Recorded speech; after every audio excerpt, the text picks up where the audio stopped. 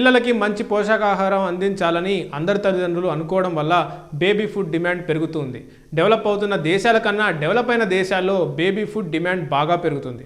కస్టమర్లలో కొనే శక్తి పెరగడం, మహిళలు కూడా ఉద్యోగం చేసుకోవడం వల్ల వాళ్ళకి సమయం తీరకపోవడం దీనికి ముఖ్య కారణాలుగా చెప్పుకోవచ్చు. ఇండియాలో బేబీ ఫుడ్ ఇండస్ట్రీని ప్రస్తుతానికి ఒకే ఒక కంపెనీ వెళ్తుంది, అదే నెస్ట్లే.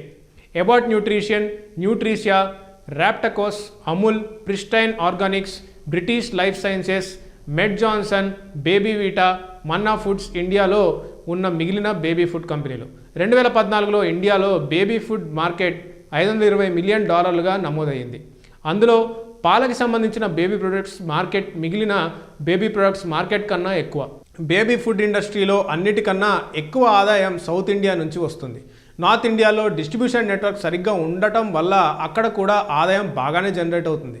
ఈస్ట్ ఇండియాలో ఉండే చాలామందికి బేబీ ఫుడ్ ప్రొడక్ట్స్ సరిగ్గా చేరక అక్కడ నుండి బేబీ ఫుడ్ ఇండస్ట్రీకి ఆదాయం తక్కువగా వస్తుంది.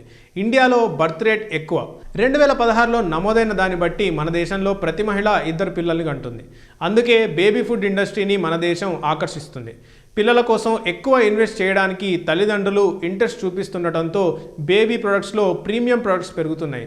ప్రతి ఏటా మన దేశంలో 2.4 మిలియన్ కన్నా ఎక్కువ మంది పిల్లలు చనిపోతున్నారు. అందులో 67% మంది పిల్లలు ఆహారం సరైన పద్ధతిలో అందక చనిపోతున్నారు. శిశువులని చనిపోకుండా చూడటానికి ఆసియాలో చట్టాలు అమలు పరిచిన కొద్దీ దేశాల్లో ఇండియా కూడా చేరింది. Infant milk substitutes, feeding bottles and infant foods regulation of production, supply and distribution యాక్ట్ని లేదా IMS యాక్ట్ని ఇంప్లిమెంట్ చేసింది. కమర్షియల్ బేబీ ఫుడ్ చేసే ప్రకటనల వల్ల తల్లిపాలు ఆరోగ్యకరం అనే విషయాన్ని మబ్బులో ఉంచకుండా చూడటం, అలాగే సరైన బేబీ ఫుడ్ లేకుండా శిశువులు, పిల్లలు మాల్ న్యూట్రిషన్ వల్ల చనిపోకుండా చూడటమే ఈ యాక్ట్ వల్ల ప్రధాన లక్ష్యం. చిన్నపిల్లలకి ఇచ్చే పాల డబ్బాల్లో పాల పీకల వల్ల ప్రమాదాలు ఉన్నాయి. తల్లిపాల వల్ల ఉండే ఉపయోగాల గురించి చెప్పే వాళ్ళకన్నా కమర్షియల్ బేబీ ఫుడ్స్కి ఉన్న ప్రకటనలు ఎక్కువైపోయాయి. దీనివల్ల తల్లిపాలు పట్టించడం తక్కువ అవుతుంది. దీనివల్ల పిల్లలు ఇన్ఫెక్షన్ల బారిన, రోగాల బారిన పడుతున్నారు. అందుకే IMS తల్లిపాలకు ఉన్న ఉపయోగాల గురించి ప్రమోట్ చేయడం, అలాగే ఆ అలవాటుకి ఎటువంటి భంగం కలగకుండా కాపాడటం, ఆ అలవాటుని సపోర్ట్ చేయడం ముఖ్య లక్ష్యాలుగా పెట్టుకుంది. అందుకే IMS యాక్ట్ కింద ఉన్న Indian academy of paediatrics commercial baby ఫుడ్కి స్పాన్సర్షిప్ ఇవ్వడం లాంటివి తనంతట తాను మానుకుంది. శిశువులకి ఇచ్చే పాల పదార్థాలు అన్నీ food safety and standards authority of India లేదా FSSAI కిందకి వస్తాయి. అందులో ఉన్న రెగ్యులేషన్స్ని అనుసరించి ఆ ప్రొడక్ట్స్ని తయారు చేయాలి.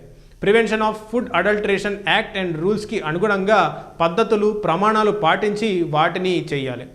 పాల పదార్థాలన్నీ తయారు చేయడం, సప్లై, డిస్ట్రిబ్యూషన్ అన్నీ IMS యాక్ట్ నియమ నిబంధనలు అన్నిటికీ లోబడి ఉండాలి.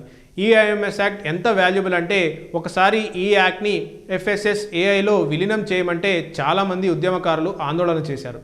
IMS యాక్ట్ని విడిగానే ఉంచాలని పట్టుబడితే సుప్రీంకోర్టు IMS యాక్ట్ని క్షుణ్ణంగా పరిశీలించి విడిగానే ఉంచాలని తేల్చి చెప్పింది. పిల్లలకి పాల బదులు ఇచ్చే పదార్థాలకి ప్రకటనలు ఇవ్వకూడదని, బహుమతులు, ఉచిత శాంపుల్స్ కూడా ఇవ్వకూడదని, 2 ఏళ్ల కన్నా తక్కువ ఉండే పిల్లలకి అమ్మే పాల వస్తువులకి ఎటువంటి ప్రమోషన్ చేయకూడదని, డబ్బా మీద తల్లి పిల్లల బొమ్మలు వాడకూడదని, డాక్టర్ల ద్వారా మరే ఇతర వైద్య రంగంలో ఉన్నవారి ద్వారా ఎలాంటి ప్రచారాలు చేయకూడదని, కంపెనీ తరపున మెడికల్ అసోసియేషన్స్కి వాళ్ళు చేసే ఈవెంట్స్కి ఎటువంటి స్పాన్సర్షిప్ ఇవ్వకూడదని, అలాంటి వస్తువుల గురించి ఎడ్యుకేషనల్ మెటీరియల్ ఇవ్వకూడదని తేల్చి చెప్పింది. సో ఈ వీడియో మీకు నచ్చినట్లయితే లైక్ చేయండి, కామెంట్ చేయండి, షేర్ చేయండి.